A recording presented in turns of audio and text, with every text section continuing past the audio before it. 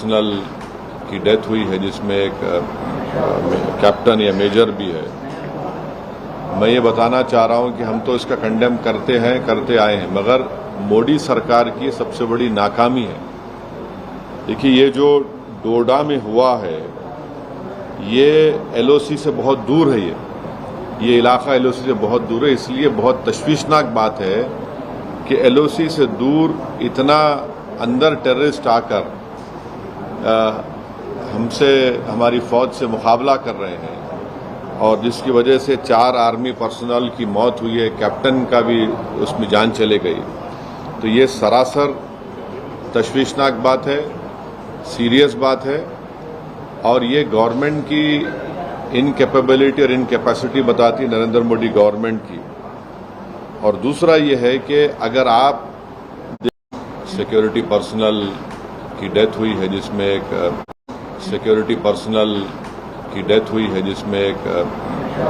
Captain या major भी है। मैं ये बताना चाह रहा हूं कि हम तो इसका कंडेम करते आए हैं, मगर मोदी सरकार की सबसे बड़ी नाकामी है। देखिए, ये जो डोडा में सिक्योरिटी पर्सनल की डेथ हुई है जिसमें एक कैप्टन या मेजर भी है। मैं ये बताना चाह रहा हूं कि हम तो इसका कंडेम करते आए हैं, मगर मोदी सरकार की सबसे बड़ी नाकामी है। देखिए, ये जो डोडा में हुआ है ये एलओसी से बहुत दूर है। ये इलाका एलओसी से बहुत दूर है, इसलिए बहुत तशवीशनाक बात है कि एलओसी से दूर इतना अंदर टेररिस्ट आकर हमारी फौज से मुकाबला कर रहे हैं, और जिसकी वजह से 4 आर्मी पर्सनल की मौत हुई है, कैप्टन का भी उसमें जान चले गई। तो ये सरासर तशवीशनाक बात है, सीरियस बात है, और ये गवर्नमेंट की इनकैपेबिलिटी और इनकैपेसिटी बताती है, नरेंद्र मोदी गवर्नमेंट की। और दूसरा ये है कि अगर आप देखेंगे कि 2021 से 31 से ज्यादा टेररिस्ट अटैक सिर्फ जम्मू रीजन में हो रहे हैं। कभी जम्मू में पीक ऑफ मिलिटेंसी में भी इतने बड़े अटैक्स नहीं, और 20 साल से जम्मू पीसफुल है।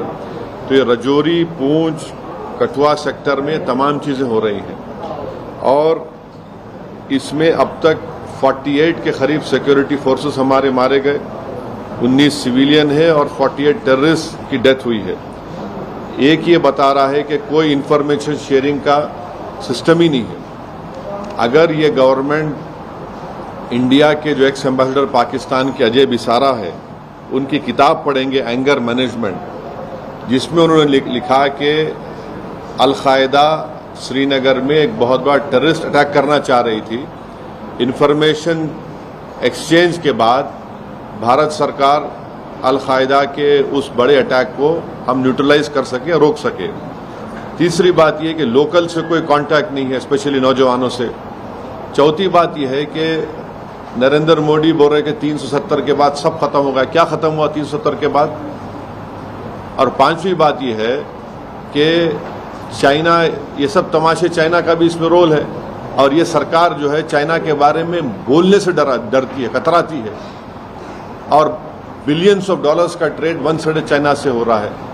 तो हम इसका कंडेम करते हैं, मगर इसकी पूरी जिम्मेदारी नरेंद्र मोदी गवर्नमेंट पे आती है। और पार्लियामेंट इलेक्शन के दौरान जो नरेंद्र मोदी बड़ा बात कर रहे थे, बड़ी बात कर रहे थे, हम घर में घुस के मारे, क्या हो रहा है फिर ये?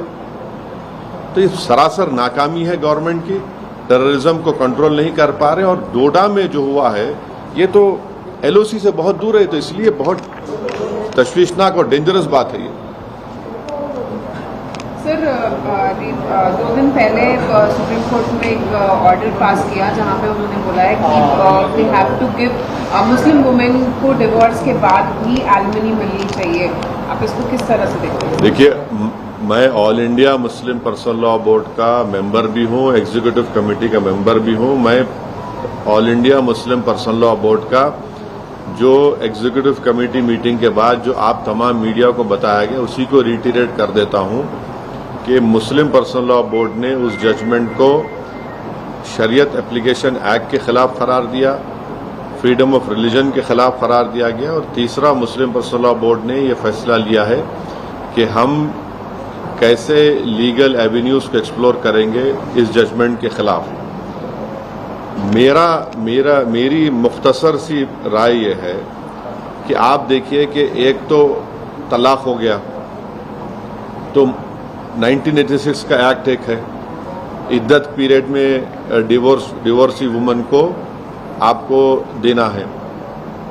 फिर एक एक्ट ये हो गया, दूसरा 125 CRPC हो गया, तीसरा ट्रिपल तलाक का कानून हो गया, चौथा डोमेस्टिक वायलेंस हो गया। चार एक्ट है। अब आप बताइए कि ये क्या हो रहा है फिर? तलाक सबसे बुरी चीज है इस्लाम में अल्लाह की नजर में, और डिवोर्स अगर जब हो जाता है तो उसका इद्दत का पीरियड होता है, उसके बाद कोई ताल्लुक रहता ही नहीं हस्बैंड एंड वाइफ का।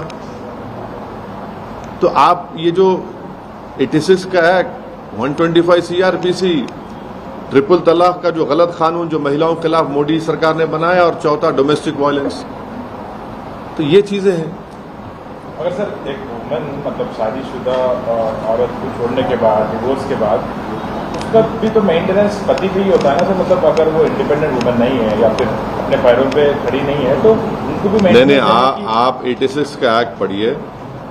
86 के एक्ट में आपको लिखा हुआ है कि मेंटेनेंस इतना दिया जा सकता है कि उनको, पहले तो आपको इस्लाम समझने की जरूरत है। जो पैसे वाइफ को शादी के वक्त दिए जाते हैं, मेहर बोलते हैं, उसको रिटर्न किया जाता है डिवोर्सी को। फिर उनका मेंटेनेंस, नानो नफका जिसको बोलते हैं, वो दिया जाता है। और इस्लाम में शादी जो है कॉन्ट्रैक्ट है मेरे भाई, जन्म जन्म का साथ नहीं है। महाराष्ट्र में मस्जिद पे जो अटैक हुआ है, ये एक किस्म से एक टेररिस्ट अटैक है मस्जिद के ऊपर, और 6 दिसंबर कंटिन्यू हो रहा है। और वहां पर शिंदे और फडणवीस की बीजेपी की सरकार है, और उस सरकार की वजह से ये सब हमले मस्जिदों पर किए जा रहे हैं। मस्जिद के अंदर घुसकर कुरान शरीफ की बेहुरमती की गई, मस्जिद के अंदर डिसिक्रेशन किया गया, मस्जिद के अंदर जलाया गए जानिमाज़ों को। जो वहां पर मुसलमानों के घर थे, घरों में घुसकर उनके जेवरात और पैसों को लूटा गया, और अब पुलिस तमाशा ही बनी बैठी रही। तो ये पूरा इनकरेजमेंट दिया जा रहा है एक किस्म से, इनडायरेक्टली या डायरेक्टली बोलिए, वहां की बीजेपी और शिंदे सरकार की तरफ से। इसीलिए इन तमाम लोगों की हिम्मतें बुलंद हो रही हैं। आप बताइए कि हम विश्व गुरु बनना चाह रहे हैं और मस्जिद के ऊपर खड़े होकर आप डेमोलिश करने की कोशिश कर रहे हैं। हम विश्व गुरु बनना चाह रहे, थर्ड इकोनॉमी बनना चाह रहे, और मस्जिद के अंदर घुस के आप कुरान शरीफ को जला रहे हैं। कौन सा विश्व गुरु, कौन सी ये बातें कर रहे हैं? डेलिब्रेट टारगेटिंग है मुसलमानों के और रिलीजियस प्लेस की। इसको इस बात को साबित करता है। केस बुक करे, कितनों का अरेस्ट करे आप? हर वक्त यहां पर पिछले 8 महीने से उठा के देख लो, महाराष्ट्र में मस्जिदों को टारगेट किया जा रहा है और वहां की सरकार कुछ नहीं कर रही है, खामोश तमाशे बने बैठी हुई है। तो इसीलिए मैंने कल ये बात कही है कि अब आने वाले विधानसभा के चुनाव में महाराष्ट्र के मुसलमानों को, MIM पार्टी कैंडिडेट्स को आप कामयाब करिए। कोई तो आवाज उठाए ना। वो जो पार्टीज बोल रहे थे मॉरल विक्ट्री, अब तो मुंह से निकल रहा भी नहीं इस हमले के बारे में उनके मुंह से। आपने जो एक्स पे भी कहा, महाराष्ट्र में सरकार की तरफ से जो पिलग्रिमेज स्कीम की बात की गई है, उसको लेकर किस तरह के आप तो ये रेवड़ी नहीं है, ये कम्युनलिज्म नहीं है। क्या नहीं सुनिए आप, ये तो महाराष्ट्र की सरकार भी कर रही, दिल्ली की सरकार भी, सब कर रही है। ये क्या है फिर ये? और आप उसमें क्या कर रहे हैं? एक दरगाह, एक मस्जिद। अरे ये क्या है भाई? ये आप वन साइडेड फैसले ले रहे हैं। आप तो संविधान पे ओत लिए ना, तो आपको सबको बराबर ट्रीट करना है। आप एक रिलीजन के कैसा हो सकते वहां की सरकार? मेजॉरिटी पॉपुलेशन के हिसाब से, मेजॉरिटी पॉपुलेशन के हिसाब से नहीं है। सवाल यह है कि मेजॉरिटी माइनॉरिटी की आप जब बात करते हैं वहां आपको सूट करता, फिर जब माइनॉरिटी के प्रोटेक्शन की बात आ रही मस्जिद की, तो आप मस्जिद का प्रोटेक्शन क्यों नहीं कर रहे? अगर वो मस्जिद पे हमला नहीं होता, किसी और की प्लेस, रिलीजियस प्लेस पे हमला होता, तो अब तक आप लोग क्या करते? आपके हर टीवी चैनल पर आप लोग शुरू करते रेडिकलिज्म हो रहा है, अपीसमेंट हो रहा है, हम इसको दबा देंगे। अब तक कितने बुलडोजर में घर तोड़ दिए जाते अब तक। देश भर में मुस्लिम के नाम पे, गौरव के नाम पे मुस्लिम के साथ भेदभाव हो रहा है सर। अब ये संभल में मेरे को मालूम हुआ कि ताजिया जो निकालते थे उसका हाइट कम कर दिए। क्यों कर रहे हैं भाई ये चीजें आप? संभल की रिपोर्ट है, उत्तर प्रदेश संभल है, वहां से मेरे को मालूम हुआ। Sir, Jammu Kashmir, the incident happened in Jammu Kashmir on that zone. J&K DGP R.R. Swain says Pakistan successfully infiltrated all important aspects of civil society thanks to so-called mainstream or regional politics in the valley. There is ample evidence to show that many had owned the art of running with the hare and hunting with the horn. What the hell is that Mr. DGP doing over there? He should be ashamed of his this nonsensical statement which has issued. You have imposed UAPA on the Kashmir Bar Council chairman. Today's attack in Doda, which is very far from LOC, how is it that they have entered so much into Doda? Who's responsible for this? He's trying to cover up his incapacity, his mistakes, his failure. Simple as that. This is very dangerous. We have recently held Lok Sabha elections, and the polling percentage was very high. Everyone praised it, and now the DGP is saying something else. Are you trying to say that all these Lok Sabha elections are rigged? What is he trying to say? Since 20 years, Jammu has been free, but now since 2021, more than nearly 50 security personnel have been killed, 19 civilians have been killed. Recently, 10 pilgrims who went to a temple, they were assassinated by these terrorists. Where is your information network? Why are the locals not helping you? Why are you not taking the youth into confidence? Why is this government not talking about China? Why is this government not talking about sharing information? Mr. Ajay Bisara, in his book Anger Management, had said that information was exchanged. Based on that information, we were able to thwart Al-Qaeda terrorist act in Kashmir. And where is this loud talk of Narendra Modi? We have removed 370, everything is gone. No, it is not gone. This is the failure of Narendra Modi's government, and Mr. DGP should not become a spokesperson for the ruling party. If he intends, he should join BJP. What is your demand on Kolhapur incident, sir? People were seen on the mosque. People were seen on the mosque doing what? Why don't you ask? They were on the mosque trying to damage the masjid, trying to break the domes of the masjid. Those images reminded one of 6 December 1992. Inside the masjid, they went and they have burned the Quran Sharif. They have burned the Janimas. They have desecrated a religious place. Adjacent Muslim houses were looted. Money was taken. Jewelry was stolen.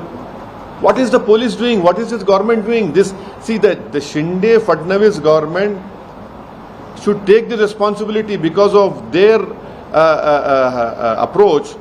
They are emboldening such elements. And the most unfortunate part is that these opposition parties who talked about moral victory, they don't even have courage to even utter what has happened over there. That is why it is high time that Muslims of Maharashtra should take a political decision in the coming assembly elections and ensure that MIM party candidates win. Because these attacks are continuing, and you don't even want to utter the word Muslim over there. अच्छा जी, भजन लाल सरकार के जो एक मंत्री हैं उनकी तरफ से, किसकी सरकार? भजन लाल सरकार जो है उनकी तरफ से, कहाँ की है? राजस्थान। जी, उनकी तरफ से जो है एक बयान आया है नेता का, मंत्री का, कि संसाधन घटेंगे, जनसंख्या अगर बढ़ती जाएगी, तो इसीलिए जल्दी एक ऐसा फैसला आ सकता है कि 2 से 3 अगर संतान होगी तो सरकारी नौकरियों में इन सब में जो है कटौतियां होती जाएगी, उनको नहीं मिलेगा। तो इस तरीके का जो है जनसंख्या को लेकर बात, अरे ये देखिए ना, ये सब जोकर लोग हैं, ये सब धोखा दे रहे हैं। इतने नौकरियां आप दिए, बीजेपी ने 10 साल में क्या दिया बताइए? कहाँ नौकरियां दे रहे हैं आप? नौकरियां नहीं दे रहे हैं आप तो बड़ा बोल रहे हैं कि हमारी फिफ्थ लार्जेस्ट इकोनॉमी, जीडीपी हमारा इतना, नौकरी क्यों नहीं आ रही? पे इनकम ही नहीं हो रहा है। आपके मीडिया के लोगों की नौकरी जा रही है हर जगह पे, मेरे को रोज रिपोर्ट आ रही है नौकरी से, इससे क्या कर रहे हैं, रिसोर्सेज कंट्री में है। आप अपने फेलियर्स को छुपा के ये सब बातें कर रहे हैं और खुद आप सुप्रीम कोर्ट में डाल चुके हैं कि 2 चाइल्ड नॉर्म के खिलाफ है मोदी सरकार। ये सब अपनी नाकामियों को छुपाने का एक बहुत बड़ा ड्रामा बीजेपी कर रही है। सर, जो तेलंगाना में डिफेक्शंस हो रहे हैं, आज भी केटीआर जी बात करते हुए ये कहा कि 50 करोड़, मतलब वो एक्सक्लूसिवली भी बात की है, 50 करोड़ से ज़्यादा रकम एमएलएस को दिया जा रहा है, बल्कि जो सिद्धरामैया जी बीजेपी को अक्यूज कर रहे हैं कि कांग्रेस एमएलएस को परचेस कर रहे हैं, यहाँ पे उससे ज़्यादा दिया जा रहा है, बल्कि टाइम से भी बात करते हुए कहा। और ये भी बोले कि यहाँ पे आरआर टैक्स, सर्कुलर टैक्स और ये बहुत सारा इनकम भी ये लोग कर रहे हैं।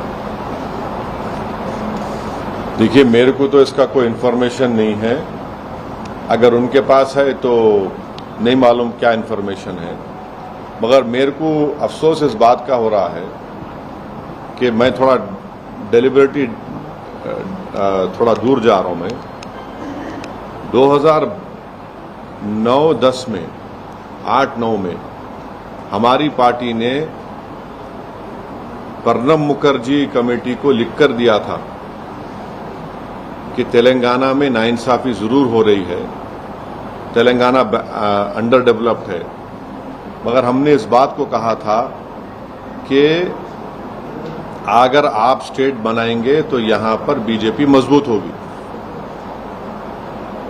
अब तेलंगाना बन गया, तेलंगाना डेवलप भी हुआ, तेलंगाना में अभी भी कमजोरियां हैं, मगर सवाल ये पैदा होता है कि क्या टीआरएस बीजेपी से मर्ज होगी या टीआरएस बीजेपी से अलायंस करेगी? ये इंडियन एक्सप्रेस में और डेक्कन क्रॉनिकल अखबार में रिपोर्ट हुआ है, मेरे को नहीं मालूम ये होगा नहीं होगा, मगर ये अखबारात में रिपोर्ट हुआ है। मगर सर, इस पे नहीं, अब आपके सवाल का मैं आपको बोला ना, थोड़ा मैं वो कर रहा हूं। इंडियन एक्सप्रेस में और डेक्कन क्रॉनिकल ने रिपोर्ट किया कि टीआरएस पार्टी बीजेपी में मर्ज हो जाएगी या टीआरएस पार्टी बीजेपी से अलायंस करेगी। अब इस पर आप पूछिए उनसे। हरीश राव जी इस पे क्लियरली मना किया सर, मगर आप नहीं, देखिए आप इनसे पूछिए ना। भाजपा तो यही सवाल कर रही है कि हमारा क्या फायदा होगा, एक सांसद नहीं। अरे मेरे को क्या मालूम, अगर आपको अगर ऐसा डाउट हो रहा है तो आपको क्या वजह? नहीं, देखिए मैं जो अखबार में पढ़ा और दोनों रेस्पॉन्सिबल न्यूज़पेपर्स है, उसमें बात रिपोर्ट हुई है ना, इसमें रिपोर्ट हुई सो बात है ये। और उसमें तो हमारे एक्स एमपी विनोद साहब का स्टेटमेंट है, everything on the table, express में बोले उन्होंने, एनीथिंग कैन हैपन। मैं नहीं बोल रहा हूं ये, तो मैं जो बात 2008-9 में हम कह रहे थे वो क्या हो रहा आज वो ठीक है। आप मेरे को उस वक्त भी मेरे को आप क्रिटिसाइज करें, अभी भी करते, कल भी करेंगे, मगर सच कौन साबित हो रहा है इसमें? सर, आप भी साबित हो रहे हैं सच। नहीं, मैं सच साबित नहीं कर रहा हूं, मैं बता रहा हूं आपको ये सब चीजें जो हो रही है सो। यूनिफॉर्म सिविल कोड को मुस्लिम समाज को लाभ होगा या नष्ट होगा? All India Muslim personal law board अपनी रिसेंट एग्जीक्यूटिव कमेटी की मीटिंग में यूनिफॉर्म सिविल कोड के खिलाफ हम हैं वो बोला गया है। और यूनिफॉर्म सिविल कोड की बात करने वाले जो BJP Uttarakhand uniform civil code लेकर आई नंबर 1 उस स्टेट में, वो असेंबली में यूनानिमस रेजोल्यूशन से पास हुआ, उसमें कांग्रेस पार्टी भी सपोर्ट करी उसको। ये बात समझो आप लोग बोल रहे नहीं। उत्तराखंड में जो यूसीसी लाया गया, वॉइस वोट से यूनानिमसली वहां पर कांग्रेस पार्टी और रूलिंग पार्टी बीजेपी ने उसको पास किया। अब वो यूसीसी क्या बोलता है कि मेरा निकाह नहीं हो सकता। अब इस्लाम में शादी तो निकाह से होंगी ना, विटनेस होंगे, मेहर दिया जाता दुल्हन को, आप उसको उड़ा दिए, स्पेशल मैरिज एक्ट में करो बोल रहे आप होते कौन भाई? मेरा फ्रीडम ऑफ रिलीजन है, ये है यूसीसी। और यूसीसी की बात करने वाले हिंदू अनडिवाइडेड टैक्स रिबेट दूसरे रिलीजन को क्यों नहीं मिलता, क्रिश्चियन मुस्लिम्स को? आपको मालूम करीब 1800-1900 करोड़ का टैक्स रिबेट दिया गया उसमें। ये तो राइट टू इक्वालिटी के खिलाफ प्रोविजन है। और उस हमारे मुस्लिम पर्सनल लॉ बोर्ड की मीटिंग में यह भी तय किया गया कि जितने चीफ मिनिस्टर्स हैं नॉन बीजेपी के, उनसे जाकर भी मुलाकात करेंगे और इस सिलसिले में, और पॉलिटिकल अपोजिशन लीडर से भी मिलेंगे नॉन बीजेपी के, उनको जाकर हम रिप्रेजेंटेशन देंगे। तो हो सकता है कि जितने चीफ मिनिस्टर्स हैं हमारे तेलंगाना के हो, आंध्रा के हो, और जो नॉन बीजेपी अपोजिशन लीडर्स हैं, चाहे वो YSRCP के हो या AIADMK के हो, और दूसरे, उनसे मुलाकात करके उनको हम बोलेंगे ये बात के बारे में। सर जी, आप UCC और CAA के बारे में कई बार बोल चुके हैं, लेकिन अभी हाल ही में हेमंत बिस्वा शर्मा ने वही तो बोला। मैं एक मिनट सुन, रुक जाओ, मैं समझ गया। मैं आपको बोल नहीं रहा था कि आसाम में जितने नॉन मुस्लिम्स है उनको CAA से सिटीजनशिप दी जाएंगी, और जो 1.5 से 2 लाख जो मुसलमानों का नाम आया आसाम में, उनको फॉरेनर्स ट्रिब्यूनल में केस लड़ना पड़ेगा। मेरी बात मैं बोल रहा था आप लोगों की होने वाला है। अब बोलो तुम, सच है बोल के। मैं बोल रहा था आप लोग विटनेस है, हमेशा बोल रहा था कि आसाम का CM यही करने वाला है। जितने 20 लाख हमारे हिंदू भाई बहन का नाम नहीं आया, उनको बोल रहे कि फॉरेनर्स ट्रिब्यूनल में रेफर मत करो, CAA सिटीजनशिप दे दो उनको। जो मुसलमान का नाम नहीं आया उसमें क्या करेंगे फिर? नहीं, 8 ही लोग ने अप्लाई किया। आसाम के मुख्यमंत्री का रिसेंट स्टेटमेंट ये है कि जो नॉन मुस्लिम्स का नाम उनके NRC में नहीं आया, जो सुप्रीम कोर्ट मॉनिटर्ड था, उसको फॉरेनर्स ट्रिब्यूनल में रेफर मत करिए, CAA कानून के तहत सिटीजनशिप दे दीजिए। ये उन्होंने कहा ना, ये कहा ना आसाम के CM ने। फिर जो मुस्लिम है उन्होंने क्या करना, जो मुस्लिम है उन्होंने क्या करना बताओ? तो ये खुद उनकी नफरत की निशानी है। ये एक्ट, ये काला कानून है, CAA का कानून जो मोदी सरकार ने बनाया। ये राइट टू इक्वालिटी के खिलाफ है, ये डिस्क्रिमिनेट करता है रिलीजन को। और इसको कल अगर देश में CAA NPR NRC होगा तो ये सब चीजें तैयारी की जा रही है। आसाम की मिसाल ले लो आप। नहीं, लेकिन एक ये भी वो कह रहे हैं कि जब बाहर जो पड़ोसी मुल्क है वो अगर मुस्लिम डोमिनेंट या फिर मुस्लिम मेजर, तो वो सवाल देखिए, क्या CAA के कानून से पहले जो हिंदू सिख अफगानिस्तान में, बांग्लादेश में थे, उनको यहां पर नहीं मिल रहा था क्या? सिटीजनशिप नहीं मिल रही थी, लॉन्ग टर्म वीजा मिल रहा था। मगर आप रिलीजन की बुनियाद पर एक कानून बनाकर कॉन्स्टिट्यूशन के बेसिक स्ट्रक्चर के खिलाफ आपने कानून बनाया। ये सबसे बड़ी गलत बात आपने की। और हेमंत बिस्वा शर्मा ने यह बता दिया कि जो नॉन मुस्लिम है उनको सिटीजनशिप मिलेगी, जो मुसलमानों का नाम सुप्रीम कोर्ट मॉनिटर्ड NRC में आया उनको फॉरेनर्स ट्रिब्यूनल जाकर लड़ना पड़ेगा। ये खुद डिस्क्रिमिनेशन है। Thank you.